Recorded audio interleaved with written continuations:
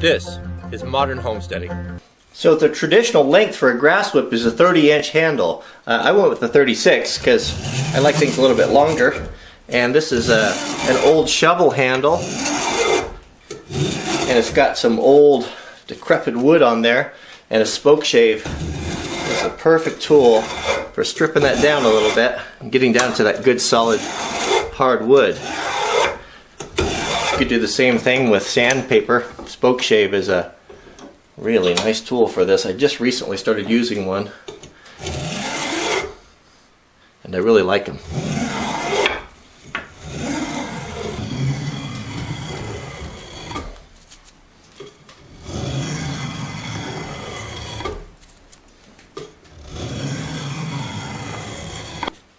When I use a spoke shave, I try to make even positions and then it'll change it, like say 12 o'clock, and then come over 1 o'clock, 2 o'clock, so on and so forth. And it gives it kind of a multifaceted, multi-sided feel. It kind of is nice. It doesn't have to be perfectly round. And I won't sand that all the way off. I'll just kind of leave it, just make sure I sand off anything that's going to give me slivers.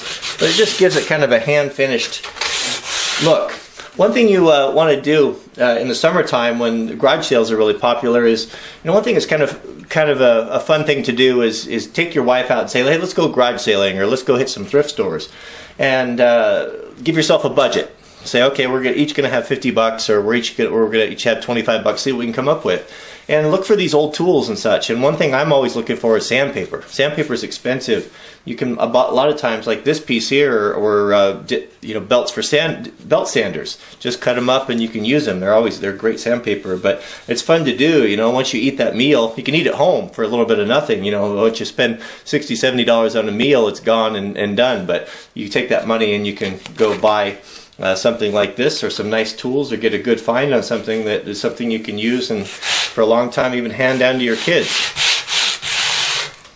So it's time to put an edge on our blade here. I've got it chalked up in the vise. When you have metal to metal vise and metal cutting blade like this, you don't want them coming in contact, because all of our hard work of sharpening it is going to get, the edges are going to get knocked down. So use soft jaws, whether it be rubber or a couple pieces of wood to clamp that in there. That way it'll protect those edges. Here's a classic example of the shoddy workmanship and poor manufacturing we have to deal with today.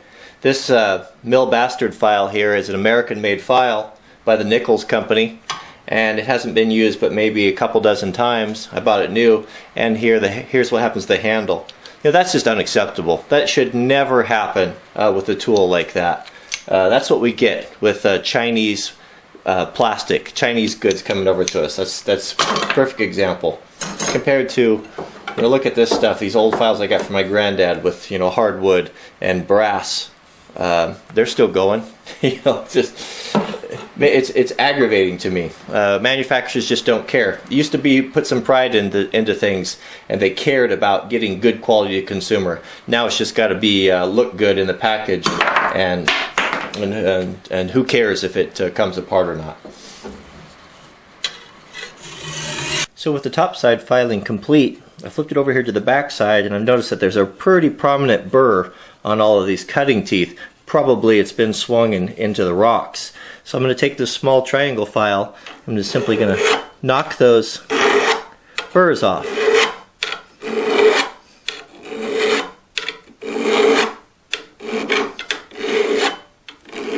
The final step on this sharpening to really put a nice polished edge on it, it'll really make it a good cutter, is to finish it with a fine grit stone. So we're nearly ready to put everything together. We've got the handle completed, put a nice little chamfer on there. A little bit of checking on this handle, but it's an old used shovel handle. It'll be just fine. It's good and sound. One nice little detail to always remember is grain orientation. This is going to separate the men from the boys of doing a job properly or not properly. It's going to be just the opposite of an axe. You can see the strandations of the grain are running up and down here. It's going to be strongest that way. If we were going to mount this on an axe, we would want this with the cutting edge down to the point of the pencil. We would want it oriented like that. If we cross-grained it like this, it's going to be much weaker. So this is going to be just the opposite. Since we're going to be swinging this thing sideways, it's going to be swinging in this motion like a golf club. We want that grain orientation to be cross-grained, just like this. So as we swing and the force comes into contact with the tool, that grain is going to be running perpendicular with the forces from the cutting edge of the tool.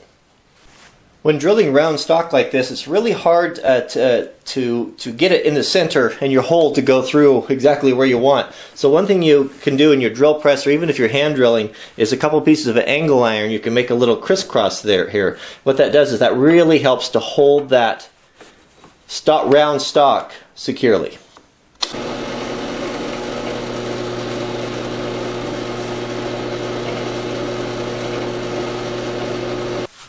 And of course, no restoration would be complete without Wranglerstar Maker's Mark.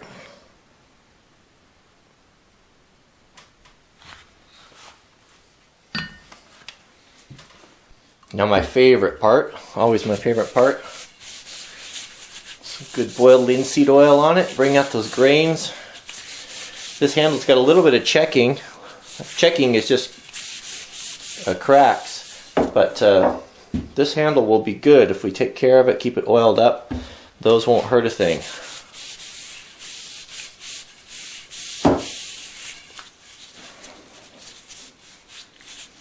Didn't that handle turn out nice for an old handle? Look at it compared to this old one here.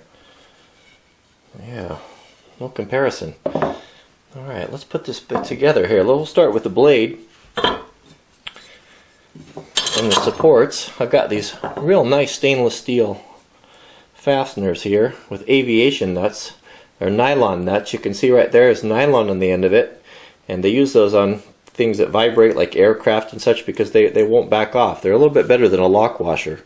You don't need Loctite. Of course, it's nice to have a round screw on the bottom, because the bottom area, that's where we're going to be swinging. We don't want a bolt head on there, something that's going to catch and hang up on grass and brush. And also it's nice to have these nylon nuts are really smooth, so when we're done we'll file that, or saw that off so it doesn't hang up on brush. Now when assembling things, you never want to tighten everything up initially, because there's lots of things that need to come together. You're going to need a little bit of play and movement, so always wait to tighten things up until the last moment.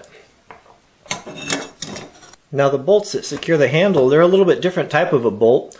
They're called a carriage bolt. If you look at it, it's got a round head that you can't put a tool on, but it's got square inside of it. And you'll see those often used in places where you can't get to the backside with a wrench to hold it, and you need the bracket itself to hold it while you can only tighten it from one side. So if you can see right here, this side is a square hole, this has a round hole. That tells you that that's designed for a carriage bolt. So we can put that in there and then tighten this up, and the bracket will hold the bolt secure.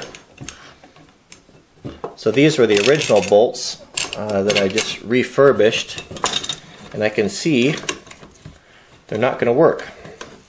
The new handle's bigger. And these are not going to be long enough, so I'll go back to the bolt drawer and go see if I can find a couple matching carriage bolts. The greatest gift I ever received was my granddad's lifetime supply of fasteners. I've got a whole wall, chest of drawers, with wooden drawers like this, just full of fasteners, so I can't even put a value on this. So I found two nice carriage bolts here, matching set, and also some nylon lock nuts. I don't have to put lock washers on them. So that'll be nice. You can see right there, that will be just enough. We'll come tight there, we'll cut those off there. There's no threads here, but that'll be fine. It's actually even better, so let's go put it together.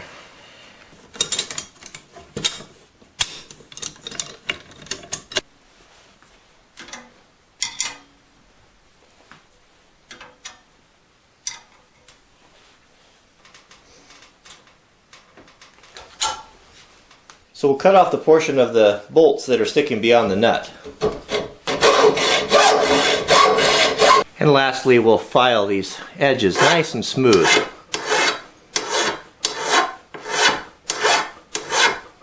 So that's it.